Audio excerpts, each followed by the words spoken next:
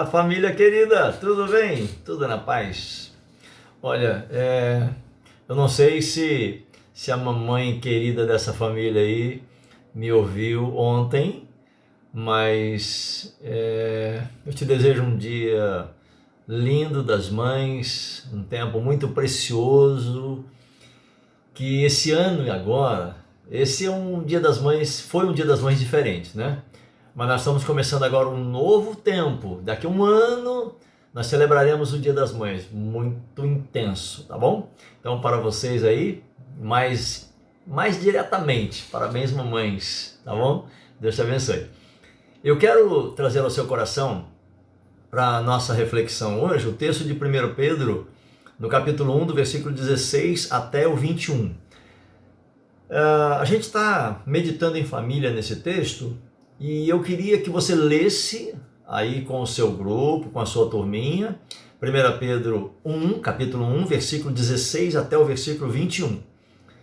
E depois que vocês lerem esse texto, aliás, eu sugiro que vocês leiam bem pausado e observando o detalhe de cada palavra, porque é um texto tão profundo, com tantas palavras, com tantas verdades escritas aqui, que a gente teria que fazer talvez uns 3, 4 encontros só com esse texto, né?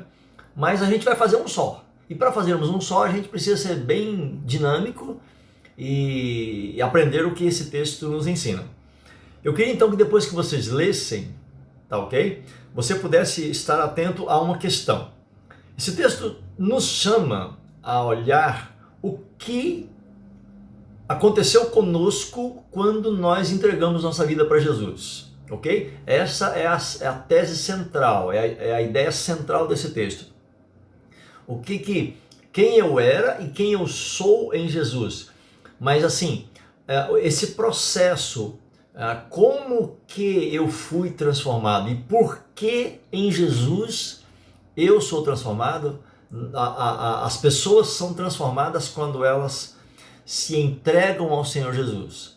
Pois bem, aí eu queria que você pudesse, a partir do momento, considerando que você já é uma pessoa transformada em Jesus, eu queria então que você observasse esses três detalhes.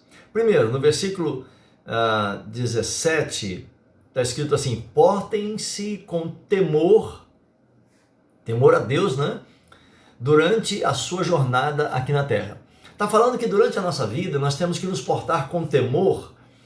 Não, temor aqui não significa medo, gente. Essa palavra temor, ela precisa ser vista como um relacionamento de respeito. Ou seja, a minha vida precisa refletir atitudes que não desagradem o coração de Deus. É nesse sentido, ou seja, eu vou viver e fazer todas as minhas coisas sabendo que eu tenho um Deus que olha por mim e constantemente está comigo.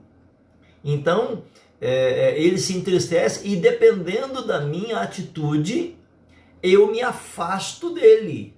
Por isso o temor aqui é nesse sentido de eu não perder o relacionamento com Jesus. Aí a pergunta que eu queria que você desenvolvesse: que coisas ou que atitudes podem acontecer comigo e através de mim que me afastam, que me faz perder o temor e automaticamente me faz perder o meu relacionamento com Deus? Que atitudes são essas? Gente, parece que não. Mas hoje tem tantas atitudes sendo tomadas afastando as pessoas de Deus que elas estão se tornando comuns. Só você lembrar que quando você se afasta de uma pessoa por causa de alguma situação, de algum problema, de algum pecado, de alguma divergência que seja, você pode também estar se afastando de Deus. Porque a Bíblia diz: como é que você vai estar ligado no céu se você está desligado na terra? Presta atenção nisso. E hoje tem muita gente se afastando, se desligando das pessoas e automaticamente se desligando de Deus por coisas pequenas. Então a pergunta é essa: o que me afasta de Deus? E eu preciso então cuidar para lidar, para viver com temor durante toda a minha vida. A nossa vida é a nossa história. A sua vida é a sua história. Então, viva uma história, ou construa, escreva uma história onde você não tenha que ter arrependimentos. Amém? Aí a outra ideia, você vai para o versículo 19, quando diz que nós fomos redimidos, resgatados, tirados da condição anterior e colocado quem nós somos hoje em Jesus, pelo precioso sangue de Jesus e não por qualquer outra coisa. Gente, deixa eu falar uma coisa. Não são os milagres que nos transformam, não são as coisas materiais. Não. Você foi transformado pelo sangue de Jesus na cruz. Quando você se entrega a Jesus, o sangue de Jesus derramado na cruz, a morte dele, é o que nos transforma. As outras coisas são decorrentes dessa transformação. Por isso que você já deve ter me ouvido falar que é melhor buscar o Deus do milagre do que o milagre de Deus. O milagre não traz Jesus, mas Jesus traz o milagre. Amém? Então assim, busque sim os milagres, mas coloque sempre o Senhor em primeiro lugar.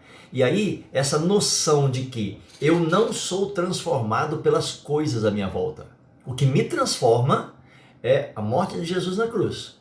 O que Jesus fez por mim na cruz, e isso me transforma.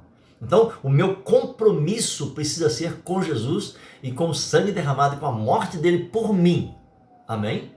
Essa é a tônica. Muito bem. E aí a pergunta é, como que eu me comprometo? Como que eu consigo me manter comprometido com Jesus? Através de muitas atitudes. Então, pensa aí com a sua turminha. E a outra ideia está no versículo 21, quando diz que a nossa fé e a nossa esperança, elas precisam estar em Deus. Na reflexão de ontem no culto, vocês devem ter se lembrado, você ouviu e deve estar se lembrando agora que eu falei um pouco disso, ok? Então, por que é a questão aqui, gente? A nossa fé, a nossa esperança estão em Deus. É que hoje tem muita gente botando a confiança dele em outras coisas. Meus irmãos, e aí se as coisas não melhorarem? Se as coisas não acontecerem do jeito que a gente esperava? Se não, entende isso? Se as circunstâncias, meus irmãos, nós precisamos estar firmes em Jesus, porque se a nossa fé, a nossa esperança está nele, ele nos faz, mesmo que acontecerem dificuldades ou crises, ele nos faz passar por essas crises e nos faz caminhar com passos firmes do outro lado. Amém? E aí vem essa pergunta. Como? O que eu preciso fazer para me manter firme e minha fé, minha esperança está em Jesus? Eu preciso me reeducar espiritualmente. Eu preciso me reeducar para que eu saiba que o que me segura não são as coisas à minha volta, porque elas podem desabar. Salmo 91, versículo 7 diz que quem está firmado em Jesus, firmado em Deus, as coisas podem cair do lado direito, do lado esquerdo, mas ele vai ficar em pé. Mas quem confia nas coisas, na circunstância, cai junto com elas. Então, meu irmão, minha irmã, minha família querida, discuta essas três questões aí entre vocês e cresçam com isso.